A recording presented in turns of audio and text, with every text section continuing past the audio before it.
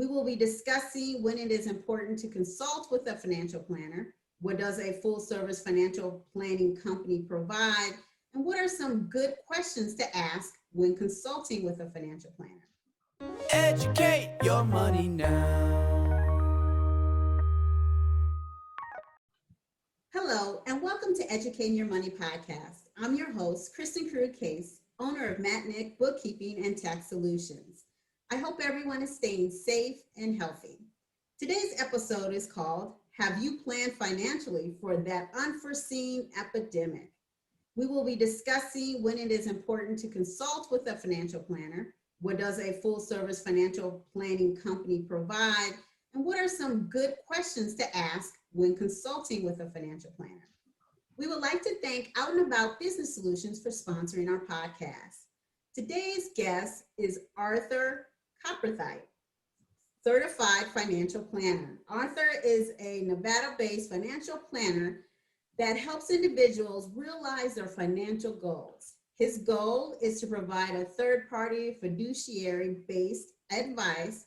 He has been in the industry for 8 years and has helped people from the ages of 18 through 80 years old with various assets and goal levels.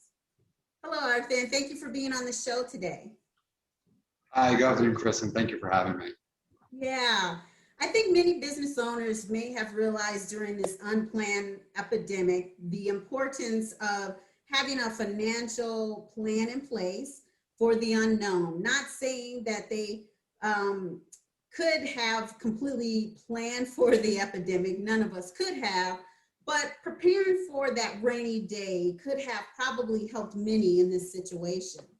So Arthur, we have some questions from our followers. When is it important for a business owner to consult with a financial planner? Do they need to wait until they have millions to manage in order to contact a financial planner? So, Kristin, as I believe you and I both know, being independent business owners, the one thing you can always plan for is something goes wrong. That's the only thing that is consistent.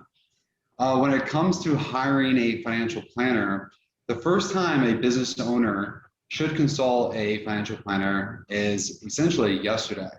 In my experience, most people that reach out to me tend to do so after they feel like they have enough money in order to speak to an advisor that they feel justified. But if they had started from day one, usually what ends up happening is there's hiccups along the way that could be avoided by hiring somebody at the beginning and working all the way from the beginning versus hiring somebody when they feel that they're ready. Because in the past, usually I will find at least one or two things that could have shaped or been done differently had we spoken prior to those incidences occurring. Yeah, that is so true. I think that people do wait when they feel in their mind that they're worthy enough to be in front of a financial planner and say, okay, now help me manage. But as you mentioned, so many opportunities it may have passed them because they waited so long to come to someone like you. Correct. A lot of it's a feel. A lot of it's emotional. You know, money can be a very emotional thing. And at the end of the day, it's really about seeking the best advice or being the best version of you. And you do that from day one. And if you do that from day one, you have greater success. And in my industry, there's all different levels of advisory services. As you mentioned earlier, I've helped people who are 18 years old that get their first job, to people who are 80 and are at the end of their life cycle, and they're going to be transitioning their assets to that next phase. Each person's at different levels, each person's at different money, and at the end of the day, it's about really putting your best foot forward. Yeah, and so, and I'm sure many business owners are probably thinking, how could I have been better prepared for this unforeseen epidemic? And that puts many business owners at jeopardy. So a question was, what are the best financial vehicles for a business owner to prepare for abnormal circumstances and the normal circumstances of life? Yeah, so business vehicles, it's really going to depend on the business the individual, how the business is structured. The difference between working with an independent advisor versus working with somebody that represents, a large company is, at the end of the day, the independent advisor, such as myself, can really build a tailored plan to you and to your circumstance and really spend the time cultivating that vehicle for you versus you fitting into the corporate cookie cutter mold that company is trying to work in. So it's a lot easier to find an independent advisor that can shape to you versus shopping around all the different companies to figure out which one is able to help you at the level that you're at, because each company is going to focus on a different market segment. And that can be a difficult thing for business owners who are busy as is trying to run their own business. So true. So what does a full service financial planning company firm provide to a business owner? Great question. So when we talk about full service investments, we're talking about being able to offer multitude of different products and services. So investments, insurance, financial planning, and then also really able to have a conversation with the people that are important in your life. For example, I'm sure most business owners have a tax person. Being able to coordinate with that tax person and operate as a team can really help that business owner have the full support that they need without a lot of the barriers that some of these larger institutions have. Because at the end of the day, when you're an independent advisor, you work for your clients and it's your job to help your client be successful versus you're working for some huge firm that's paying your paycheck. Right. So true. What are some good questions that can be asked during a consult that an individual would have with a prospective financial advisor? Yeah, so a great question. First is, one, I would encourage you to treat it as you're hiring that person to work for you, much like a business is hiring an employee. What is it you want that employee to provide to you at where you're at? So some of those questions might be, how many years have you been in the business? What is your educational background? What are your credentials? How do you personally view money? Do you have goals? How many appointments will we have on an annual basis? How can you help me in my personal situation? What are the pros and cons of your practice? Because at the end of the day, not every practice is perfect for everybody. There are always pros and cons. And as an independent fiduciary, you should be able to offer a balanced recommendation. And then also a good question is, as a client, where do they fit in your practice? So if you come across an advisor who's handling maybe a certain level of clientele to where you might not be at that level, but they might be willing to take you on, how much attention are you going to get in comparison to what are their standard operating procedures at the end of the day? Yeah, and I would imagine another question either that I know that I've heard people ask a lot is, how much does it cost to have a financial planner? So how does a financial planner get paid? Yeah, so there are a few ways in the industry how financial planners make money. One being commissions and one being fee. So in my case, I work in financial planning exclusively with my clients. So I charge $50 a month.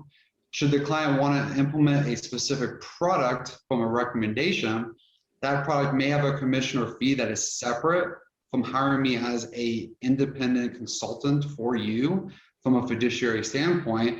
And I'll always go over what that looks like for each product. But at the end of the day, I try to keep it clean and simple because what values most people is they want to make sure that the person they're hiring is giving them advice, irregardless of commissions and fees. And so that's why I offer essentially a membership program is how I do it.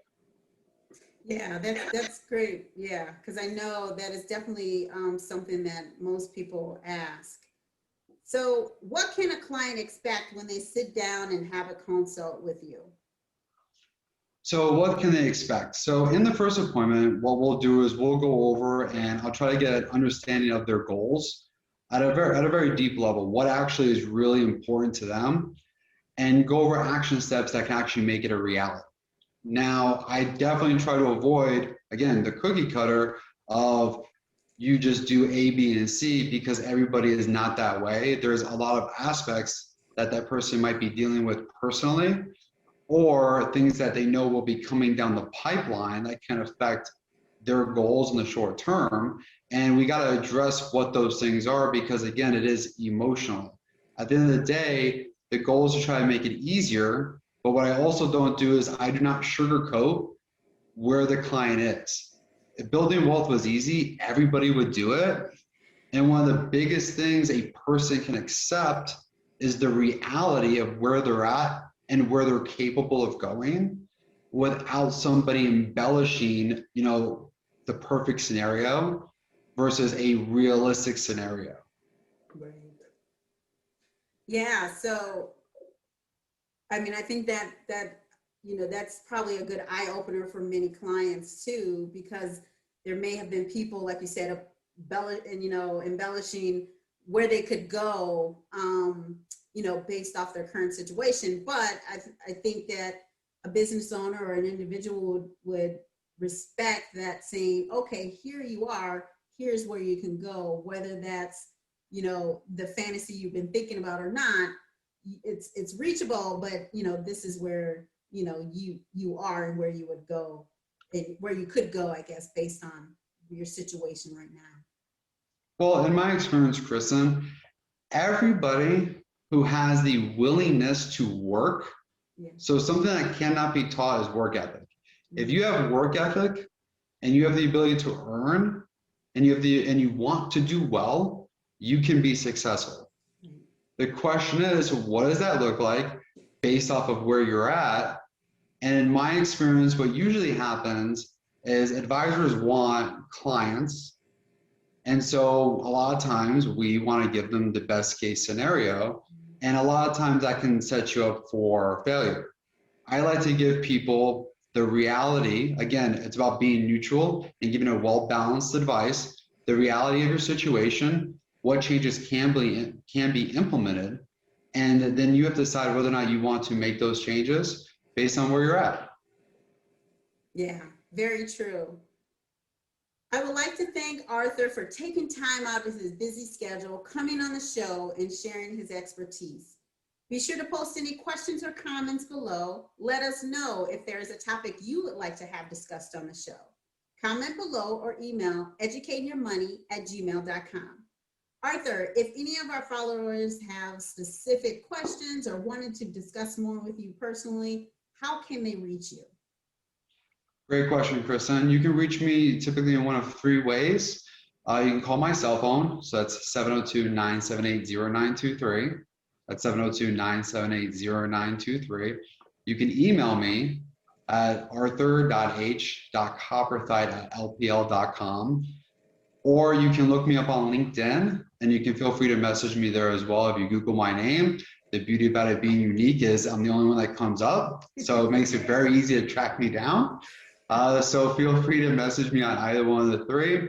We can chat over the phone for a quick, 15, 20 minutes, and you can get to know me, understand, ask me a few questions. And if you like it, then we can schedule a consult. The first consult is a courtesy. After that, you decide whether or not I'm your cup of tea and you want to move forward, and I can help you build success. And Copperthite that's a unique name. That is. If you have my last name, statistically, you are actually related to me in some capacity in the United States. That is correct. Maybe not through blood, maybe through marriage, but it's very unique in that regard. It is. Yes. It is very unique. Thanks for watching Educating Your Money podcast, where it's not just about making money, but about educating your money. See you next time for our next episode. Thank you, everyone, and stay safe.